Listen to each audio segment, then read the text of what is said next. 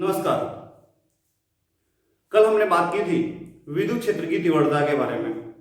आज हम बात करने वाले हैं कि कोई आवेश है, बिंदु आवेश, अकेला आवेश है, उसके कारण किसी बिंदु के ऊपर तीव्रता होगी कितनी, ये हमें मालूम करना है।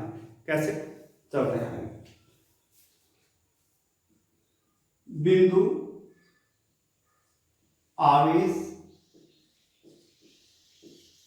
के कारण किसी बिंदु पर विद्युत क्षेत्र की तीव्रता, विद्युत क्षेत्र की तीव्रता ई वेक्टर का मान कितना होगा, हमें ज्ञात करना है। कैसे ज्ञात करेंगे? पहला काम, हमें किसकी आवश्यकता है? यहां पर पहले हमें आवश्यकता है बिंदु आवेश। तो बिंदु आवेश बना लेते हैं। ये मैंने यहां पर ये बिंदु आवेश बना लिया। ये कोई यहां पर ये आवेश है, इस आवेश का नाम दे दिया, ये कोई क्यों आवेश है, ये आवेश हो गया क्यों आवेश। इस आवेश के कारण हमें तीव्रता निकालनी है किसी बिंदु पर, क्योंकि इस आवेश के कारण चारों तरफ एक विद्युत क्षेत्र उत्पन्न हो गया है। विद्युत क्षेत्र से मतलब था कोई दूसरा आवेश कहां तक बल अनुभव करेगा, वह क्षेत्र जो है वो इसका क्या कहलाएगा? विद्युत क्षेत्र कहलाएगा। हमें निकालनी तीव्रता, यानी एक कूलाम आवेश, एकांक धनावेश कितना बल अनुभव करेगा, वो कहलाएगा तीव्रता का मान। हम कल पढ़ चुके हैं इस बात को। मैं कहता हूं इस आवेश से ये स्मॉल आर दूरी पर यहां ये कोई बिंदु है P, इस बिंदु P पर हमें क्या निकालनी है? तीव्रता निकालनी है। आप ध्यान देना इस बात पे कि ये आवेश था, धनावेश है कोई क्यों आवेश, इस आवेश से स्मॉल r दूरी पर ये कोई बिंदु P है, यहां हमें तीव्रता निकालनी है। इस आवेश के कारण कितनी तीव्रता होगी, कैसे निकालेंगे? हमारी परिभाषा कल ये थी, तीव्रता का फॉर्मूला था E बराबर F/Q0, ये तीव्रता का फॉर्मूला था। तो हमारे को पहले क्या चाहिए? बल चाहिए, कूलाम बल, विद्युत बल।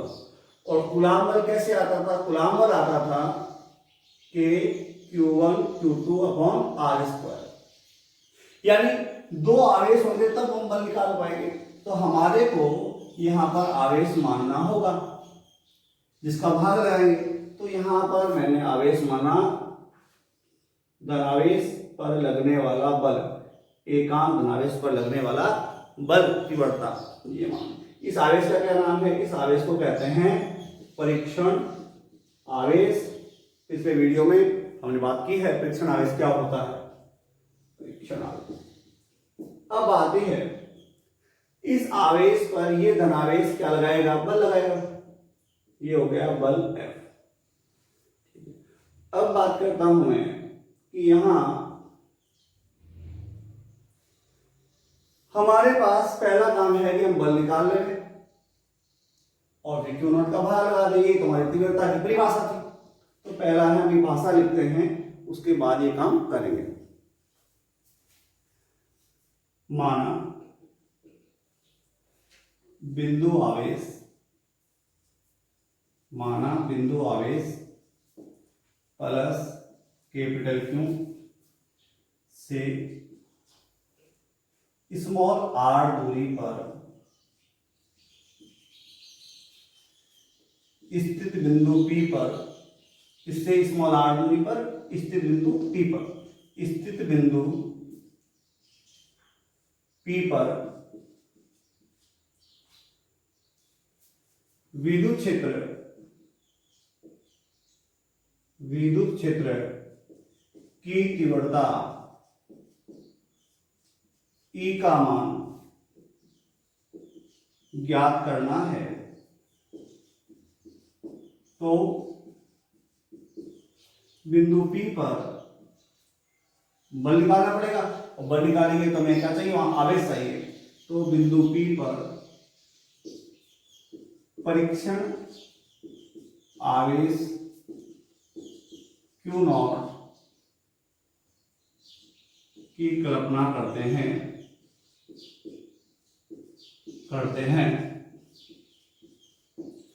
अब क्या करना, अब पहला काम हो गया, परिभाषा क्या है हमारी, तीव्रता की परिभाषा क्या होती है। तो यहां पहले बल निकालना, बल क्या होगा, बल होगा F बराबर में कूलाम का नियम क्या था कि 1/4πε0, जिसको हम के भी बोल सकते हैं, Q1 Q2, Q1 की जगह क्या है कैपिटल Q, Q2 की जगह क्या है Q0, दोनों आवेशों का गुणनफल विद्युत बल कूलाम बल अपॉन R स्क्वायर। अगर मेरे को इसको क्या बनाना है, सदिश राशि बनाना है, मैं यहाँ पे क्या लिख दूं वेक्टर, और यहाँ क्या लगा दूं R कैप लगा देता हूं, ताकि तीव्रता सदिश राशि के रूप में आ जाए। अब परिभाषा क्या थी, परिभाषा थी तीव्रता की परिभाषा से, परिभाषा ये थी कल, तीव्रता होती है E वेक्टर बराबर में F वेक्टर अपॉन Q0। एक कैसे आया था ये मैं आपको कल वाले वीडियो में बता रहा है। अब आती है E वेक्टर बराबर में 1/Q0 को तो साइड में ले लिया, 1/Q0 तो साइड में आ गया। F वेक्टर का मान कितना है, यहां से उठा करके ये इन दोनों में जो बल लग रहा था, तो F वेक्टर मैंने यहां लिख दिया 1/4πε0 Q upon R square into R cap. अब क्या है, ये Q0 जो भाग लग रहा था जिसका, वो उससे ये Q0 कट गया, और क्या आ गया है देखो आप, अब ये आ चुका है क्या,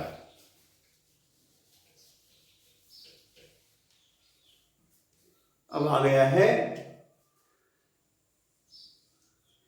E vector equals to 1/4πε0 Q upon R square R cap. ये हमारे पास में क्या आ गया, सदिश रूप आ गया, क्या आ गया सदिश रूप आ गया तीव्रता।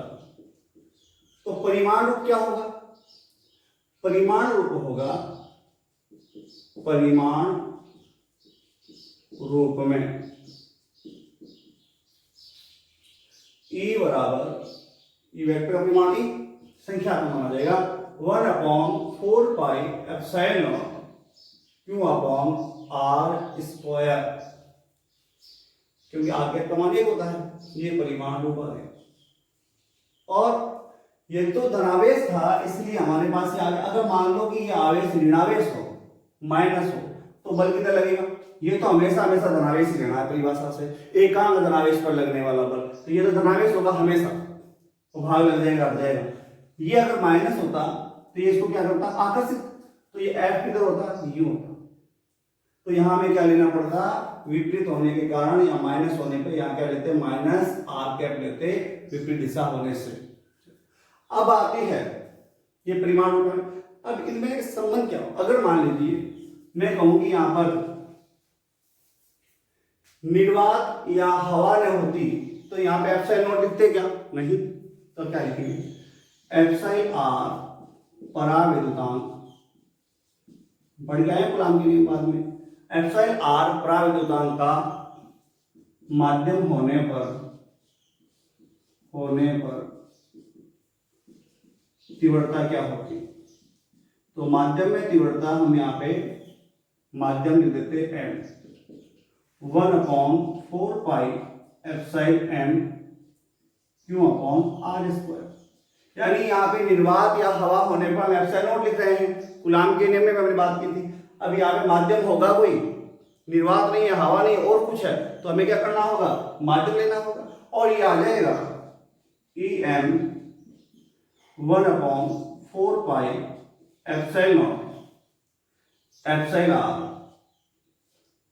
Q upon R. ये कहां से आ गया? इस एप्सिलॉन एम के स्थान पर ये कैसे लिख दिया?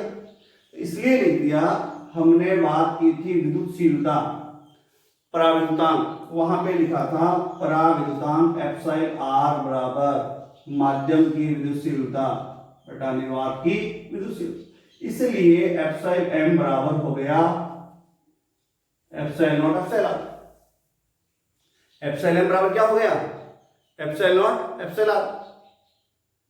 अब ये मान हमने एप्सिलॉन एम की जगह लिखा, ये हम पहले प्राप्त कर चुके हैं। यहां हो जाएगा कि एम बराबर में, गौर करो, अगर निर्वात हो तो क्या होता है 1/4 pi epsilon naught Q upon R square. तो 1/4, इस एप्सिलॉन आर को छोड़ दो और आप पूरा पूरा देखो, इसके स्थान पे हम क्या लिख सकते हैं? निर्वात में तीव्रता, हवा में तीव्रता एप्सिलॉन आर। इससे ये मतलब हुआ निर्वात या हवा में तीव्रता ज्यादा होगी, माध्यम होने पे तीव्रता में इसका भाग लग जाएगा, तीव्रता का मान माध्यम में क्या होगा? कम हो जाएगा। अब हमें ग्राफ बनाना है और ग्राफ मालूम है कि तीव्रता में और दूरी में क्या संबंध है, वर्ग के व्युत्क्रमानुपाती है। तो ग्राफ कैसे बनेगा देखिए आप।